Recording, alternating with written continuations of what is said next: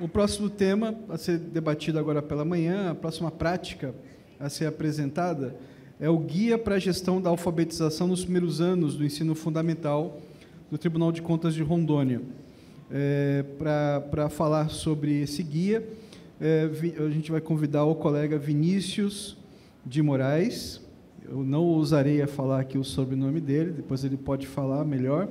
Mestre em Gestão Pública pela USP, cursa Pedagogia, profissionalmente atuou na implementação da Base Nacional Comum Curricular, PRO-BNCC, da Secretaria de Estado da Educação de Rondônia, e como consultor Unesco na implementação do novo ensino médio, NEM, na Secretaria de Estado da Educação de São Paulo. Atualmente ocupa o cargo de secretário de Desenvolvimento Institucional do Tribunal de Contas do Estado de Rondônia. O Guia para a Gestão de Alfabetização nos Primeiros Anos do Ensino Fundamental constitui-se num guia de boas práticas e tem como principais objetivos fornecer orientações para os gestores das redes públicas, secretários de Educação e demais profissionais envolvidos na gestão da política de alfabetização nos primeiros anos do ensino fundamental, apoiar os gestores e educadores na implementação de práticas de gestão baseadas em evidências e alinhadas com os objetivos educacionais, e estabelecer critérios e indicadores de referência para a gestão da alfabetização, auxiliando na identificação de áreas de melhoria e no monitoramento de resultados alcançados. Com a palavra, Vinícius de Moraes. Obrigado, Márcio. Bom dia a todas e a todos. Com grande satisfação que nossa equipe aqui do Tribunal de Contas do Estado de Rondônia, eu, na verdade, representando toda essa equipe, apresento este guia referencial. O nome é muito extenso, então vou tratá-lo como guia de boas práticas, olhando para a política de alfabetização. Este foi um trabalho que assim, nós temos muito orgulho de divulgá-lo, porque foi um trabalho que nós, assim, foi o famoso ganha-ganha. A instituição ganhou muito porque nós conseguimos dedicar tempo de qualidade para aprender ainda mais sobre diferentes temas e porque os gestores educacionais participaram desse processo de construção do guia. Não é um guia com um caráter acadêmico ou apenas recomendatório, mas um guia muito feito com e para o gestor educacional. Esse é um ponto de destaque. E aí, trazendo a contextualização, né? O ponto de partida de onde veio esse guia, né? Por que foi escolhido um guia, quais são os temas do guia. Há um preâmbulo necessário dessa contextualização para a gente entender o ponto de chegada, que de fato é este documento norteador. O ponto de partida é que em Rondônia, desde 2021, nós temos o programa de aprimoramento da política de alfabetização na idade certa. Inclusive, temos muito orgulho deste programa. É a menina dos olhos da presidência, não somente. Então, este programa tem uma série de ações previstas, na verdade, de projetos e ações, e nesse guarda-chuva de projetos, um dos principais é uma autoavaliação de controle destinada aos gestores da política educacional, ou seja, aos secretários e secretárias de educação do nosso estado. Rondônia tem 52 municípios, então, no segundo semestre de 2021, nós disponibilizamos este questionário para que os gestores educacionais pudessem, juntamente com as suas equipes, responder um questionário que tratava sobre 9 temas, dos quais nós recebemos essas informações e priorizamos os temas cujo resultado demonstrava uma sensibilidade no sentido de que as políticas, as boas práticas não estavam sendo plenamente atendidas. Então, a partir disso, nós conseguimos fazer esse diagnóstico. Então, é um pouquinho de como eu costumo falar. O ponto de partida, para poder chegar nesse guia, né, nós tivemos 2 perguntas essenciais. que nós levamos para os gestores, né? O meu modo de dizer é o oncotô e o proncovô. O oncotô, que é basicamente esse diagnóstico, foi dado através deste questionário. Como é que foi pensado este questionário, né? Ele tinha, primeiramente, 3 grandes objetivos.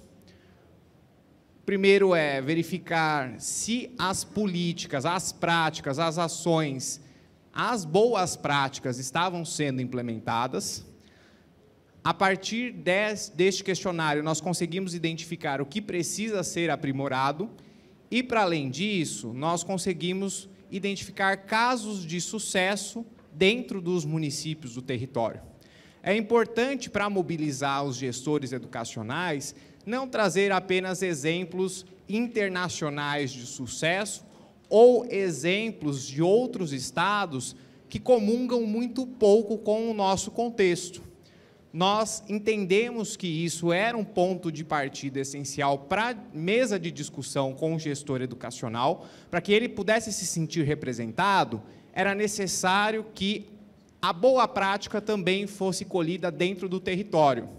Senão a gente joga o bebê com a água do banho, no sentido de que, olha, veja, em educação é muito comum citarmos Sobral como um caso de sucesso, e de fato, Sobral é um caso de sucesso.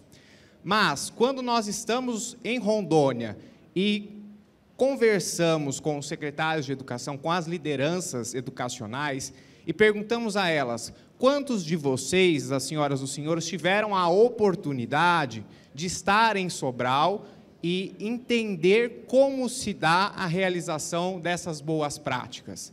Dos 52, nós temos menos de 10%, agora um pouco mais, que tiveram essa oportunidade de estar em Sobral e testemunhar como essas boas práticas são realizadas.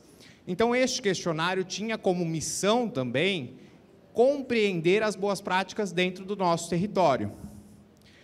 E aí, como se deu a elaboração deste questionário? E estou fazendo esse preâmbulo do questionário porque, a partir do questionário, nasce o guia. Basicamente, nós trilhamos 6 etapas. Ponto de partida, a seleção dos eixos estruturantes. Essa seleção dos eixos estruturantes, nós nos baseamos principalmente na literatura nacional e internacional, principalmente olhando para a eficácia em educação, ou seja, quais são os eixos que entregam mais valor agregado para os resultados de aprendizagem dos estudantes, a elaboração dos itens condizentes com o nosso contexto, ou seja, nós não utilizamos um instrumento de outro país, tampouco um instrumento de outro estado. Nós elaboramos este instrumento que pudesse ser capaz de refletir as ações realizadas pelas redes. A partir dessa primeira versão, nós fizemos leituras em pares, e é importante dizer que, para a elaboração desses itens, como eu trouxe anteriormente, como nós já temos o programa de alfabetização na idade certa rodando ali, né, sendo executado, implementado, há aproximadamente 2 anos, então nós temos especialistas em educação que estão conosco nessa jornada e que fizeram parte da elaboração desses itens. O que nós fizemos neste momento da leitura crítica com os especialistas foi acionar uma rede de especialistas, quer seja na academia, quer seja no terceiro setor, quer seja em outras redes públicas, que são referência nos temas, nos eixos que foram trabalhados, para que nós possamos refinar esses itens, para entender se os itens que estavam ali naquele instrumento, de fato, condizia com uma boa prática. E aí, é importante mencionar também que, nesse processo de leitura crítica, nós envolvemos lideranças, não somente lideranças educacionais, como os secretários de educação, mas com lideranças das áreas do ensino fundamental. Alguns municípios chamam de gerente pedagógico, alguns de técnico, alguns de diretor pedagógico.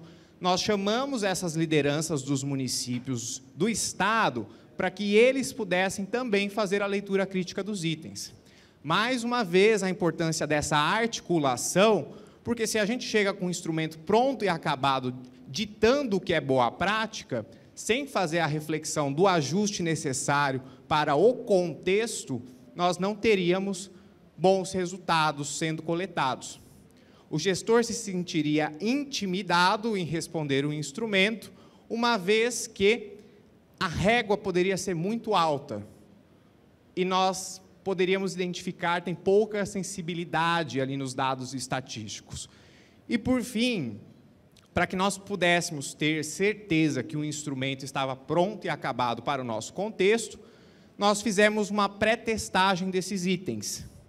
Selecionamos 7 municípios que estão conosco nessa jornada do programa de alfabetização há mais tempo e pedimos para que as secretárias de educação mobilizassem suas equipes e então cumprissem a liturgia do momento de responder esse questionário. Não vou adentrar sobre essa liturgia, mas o que eu chamo a atenção, que nos encontros formativos sobre este processo de responder o questionário, o que nós destacamos todo o tempo, era necessário que a rede dedicasse tempo de qualidade para responder os itens. Não era um Google Forms, onde, no último dia, eu pego esse instrumento, saio clicando em todos os itens, para, então, cumprir uma exigência do Tribunal de Contas. Houve um esforço muito pedagógico da instituição em, olha, minha gente, o instrumento, o formulário eletrônico, é apenas a forma da qual você vai utilizar para enviar os dados ao Tribunal de Contas. O ponto de partida nós disponibilizamos esse instrumento num formato que poderia ser impresso.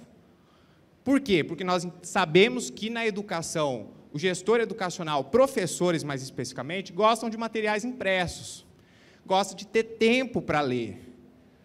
Então, a gente tem que dialogar com o nosso público final. Para isso, nós adaptamos o instrumental de tal forma que ele fosse de fácil compreensão para o gestor educacional e recomendamos uma liturgia. Em que sentido? Gestor, mobilize os técnicos da tua secretaria, que são responsáveis pelos eixos que estão sendo avaliados, para que não seja o chefe de gabinete, o assessor do secretário, que responda por toda a secretaria. Porque se nas nossas instituições nós temos dificuldade em difundir o conhecimento interno do que tem sido produzido, na Secretaria de Educação não é diferente. As áreas não se comunicam da forma que a gente gostaria que se comunicasse.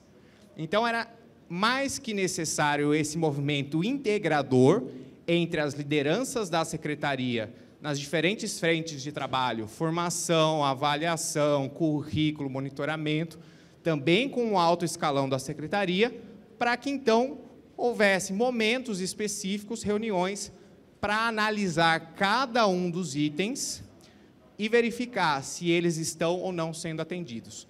Aí, sim, nós conseguimos obter bons resultados. O que eu chamo de bons resultados? Bons resultados porque, no primeiro ano de aplicação, lembrando que em 2021 nós ainda convivíamos com um momento de pandemia. Rondônia, não sei se as senhoras e os senhores sabem, foi, se não o último, um dos últimos estados a retornar às aulas presencialmente.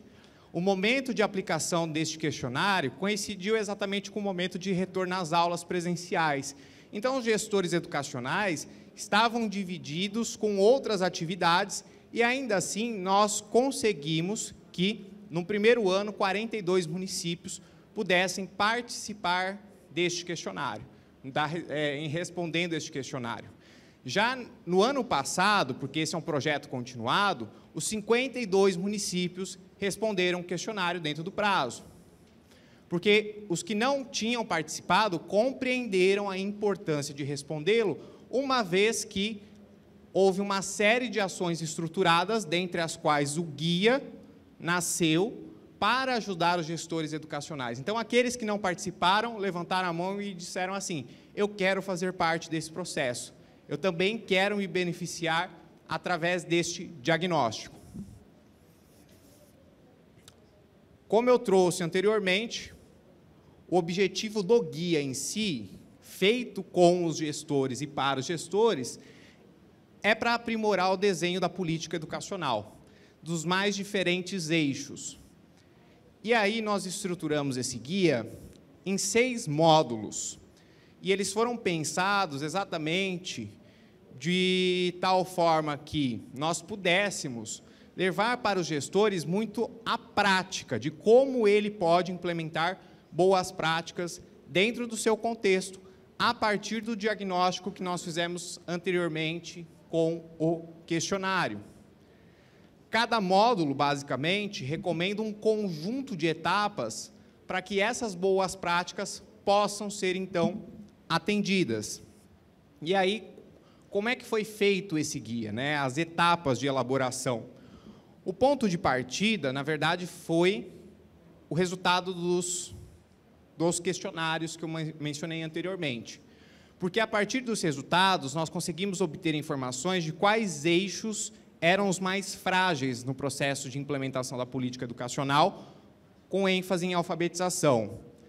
Na sequência, nós fizemos uma revisão, uma sistematização da literatura nacional e internacional dos temas tratados em cada um dos módulos, selecionamos casos de sucesso, principalmente nacionais, para que dialogasse com os gestores, e trazendo casos também de sucesso das próprias redes municipais, a leitura em pares, também com um olhar de aprimoramento de cada um desses módulos, e a leitura crítica de especialistas sobre cada um dos temas dos 6 módulos que nós propusemos.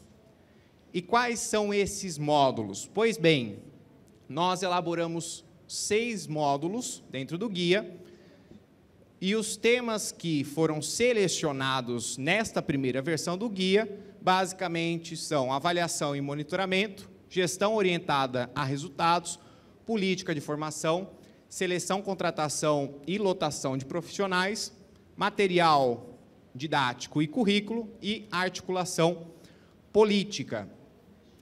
Para tentar facilitar ainda mais a leitura desses módulos, nós fizemos uma estrutura fixa para cada um deles, para ter coerência entre esses módulos do próprio guia.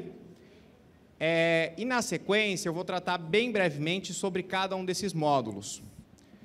Avaliação e monitoramento, e aqui eu destaco um ponto importante. Avaliação e monitoramento, olhando para a política educacional, nós teríamos uma avenida de temas e subtemas que poderíamos tratar somente sobre esse tema.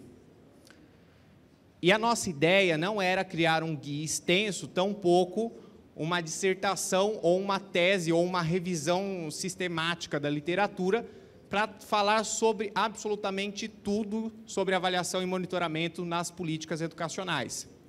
Foi a partir dos resultados do questionário que nós conseguimos identificar o nível de maturidade sobre a compreensão do que é avaliação e monitoramento nas redes, e aí a gente calibrou os temas tratados dentro da temática de avaliação e monitoramento. Então, por exemplo, em avaliação e monitoramento, nós identificamos muitas fragilidades, até mesmo em questões muito básicas, como, por exemplo, qual é a diferença entre uma avaliação diagnóstica, uma avaliação formativa e uma avaliação somativa. Dentro do nosso contexto, até então, olhando especificamente para a alfabetização, em Rondônia nós não tínhamos avaliações específicas para esta etapa. Então, os profissionais que atuam nessa etapa, muitos deles não entendiam a diferença entre esses 3 conceitos. E, basicamente, o único conceito compreendido é a da avaliação somativa, aquela que eu uso para ranquear, aquela que eu uso para distribuir recursos, aquela que eu uso para ter um score. Pouco se falava, ou nada se falava, por exemplo, sobre avaliação diagnóstica. Então, era um cenário muito incipiente. Então, a partir dos resultados do questionário, nós conseguimos identificar exatamente o ponto de partida para nivelar a nossa régua. Então, veja que sobre essa temática nós começamos, como diria o outro, do começo, tratando sobre elementos do que é dos diferentes tipos de avaliação. Além dos tipos de avaliação, nós falamos sobre questões relacionadas aos instrumentos de avaliação. Para quem tem algum domínio em educação, instrumentos de avaliação é matéria que é ensinada lá na pedagogia, nas licenciaturas. Então, nós retomamos esses temas porque nós identificamos essa fragilidade. Basicamente, os educadores compreendendo a avaliação como sinônimo de prova, como o único instrumento para avaliar um estudante sendo a prova. E isso não é uma verdade. E aí também falamos sobre monitoramento, porque os que estavam um pouco mais maduros e compreendiam as diferenças entre as avaliações, não sabiam o que fazer com os resultados dessas avaliações. Que essa é uma dificuldade que ainda nós trilhamos. Temos esse esforço diário para que a avaliação não acabe no momento da aplicação. Ela precisa ser trabalhada, discutida, principalmente os seus resultados, porque senão a gente não tem devolutiva pedagógica qualificada, a avaliação pela avaliação não faz sentido. Pois bem, outros temas que nós tratamos, gestão orientada a resultados. E aqui, muito especificamente, qual foi o nosso olhar? O educador, em sua essência, o pedagogo, o licenciado, dentro da DCN, das próprias licenciaturas, não há uma ênfase para que ele faça o acompanhamento de metas, de indicadores. Esse é um cenário muito comum para nós, que trabalhamos nos tribunais de contas. Nós trabalhamos constantemente com dados e informações, dados e evidências. No mundo da educação, não. Muito se produz em relação a dados e evidências no mundo da educação, mas pouco se utiliza. Metas nós temos diversas. O PNE, os municípios têm seus planos municipais de educação. O problema não é ter uma meta, o problema é construir uma meta, o problema é construir um indicador, o problema é analisar aquele indicador. Então, a partir disso, nós identificamos essas fragilidades. Então, iniciamos também do começo, olhando para o que é gestão orientada para resultados.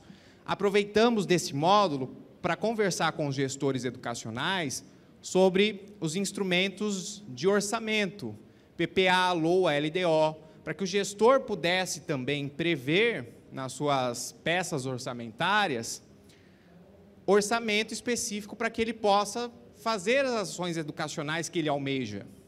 Porque o gestor, ele assume a pasta, muitas vezes, e esse gestor da rede, ele tem baixa experiência em gestão pública. Então, ele ouviu falar o que é PPA, ele ouve falar do que é LDO, mas, para tirar o sonho, a ambição que ele tem de melhoria dos resultados, ele também precisa compreender que ele precisa destinar orçamento para que ele consiga implementar programas, projetos e ações.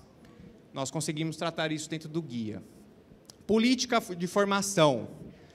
Parece algo trivial, mas não no nosso contexto. Até então, o que nós encontramos nas redes são semanas pedagógicas, ou seja, ações isoladas no início do ano, onde os professores passam 3, 4, 5 dias reunidos em um conjunto de palestras. E o resto do ano? Quais são as ações destinadas à formação?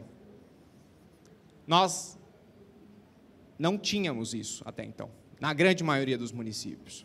A formação era compreendida como um movimento isolado e específico no início do ano letivo.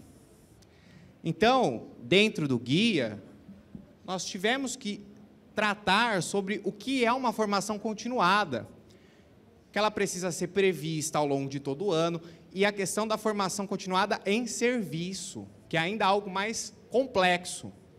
Porque para a formação continuada em serviço ocorrer, você pressupõe que você tem coordenadores pedagógicos qualificados a tal ponto de formar o seu grupo de professores.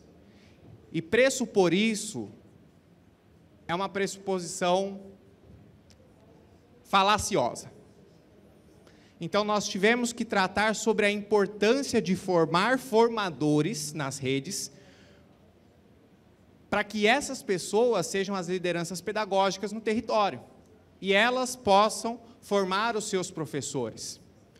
Então, esse foi um dos pontos que nós identificamos, porque, basicamente, qual é o modelo de formação?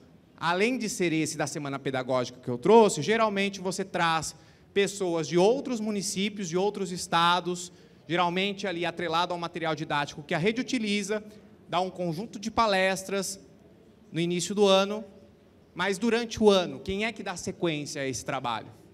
Não temos. Esse é o cenário da maioria dos nossos municípios.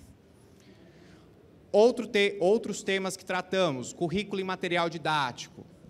Como vocês sabem, a Base Nacional Comum Curricular foi homologada ali em 2017, os currículos referenciais curriculares dos estados foram homologados, grande maioria em 2018, a implementação iniciou em 2019.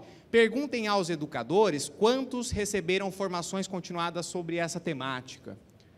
Perguntem aos educadores, aos gestores escolares, quantos tiveram a possibilidade ou foram instruídos para revisar os seus projetos políticos pedagógicos, à luz da Base Nacional Comum Curricular, que é algo previsto no cronograma de implementação da Base Nacional Comum Curricular.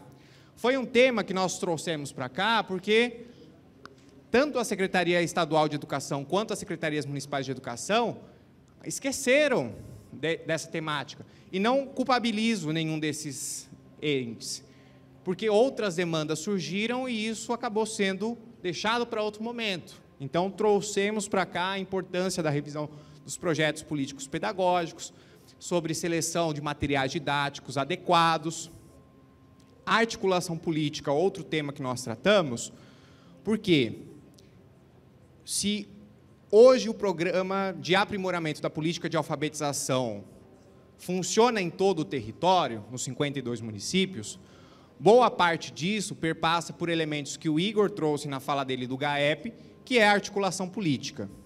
Essa costura política, esse tete-a-tete faz toda a diferença. O secretário de Educação, Municipal de Educação, conversando com a Undime, com os outros secretários, com o secretário estadual, buscando o apoio do tribunal, do MP, portas abertas entre as instituições para que a gente possa destravar boas ideias que esses gestores educacionais têm, em sua maioria. Seleção, contratação e lotação de profissionais. Aqui, eu destaco mais especificamente que com a condicionalidade VAR do novo Fundeb, um dos critérios para que os municípios possam receber essa complementação é que eles comprovem uma normativa para o processo de seleção de gestores escolares. Então, nós entendemos essa mudança de cenário nacional, entendemos que dentro dos municípios, no nosso contexto, a maioria das redes indicavam os seus coordenadores e diretores indicação política, em sua grande maioria, indicação política para que essas pessoas assumissem os cargos de gestão escolar, pouco processo de seleção, pouco processo de preparação desse gestor, ele simplesmente assumia a escola do dia para a noite. Então, nós utilizamos desse contexto de mudança nacional, da complementação VAR, chamando a atenção que os municípios perderiam recursos se esses normativos não fossem aprovados, essa definição de critérios. Nesse capítulo do guia especificamente, aproveitamos e fizemos uma lição de casa de ir até Sobral, compreender como o processo seletivo de Sobral funciona, que é uma grande referência nacional. Descrevemos esse processo seletivo de seleção de gestores de Sobral dentro do nosso guia e, inclusive, disponibilizamos os modelos de editais utilizados, não somente por Sobral, mas principalmente o modelo de edital utilizado por Sobral para a seleção de gestores.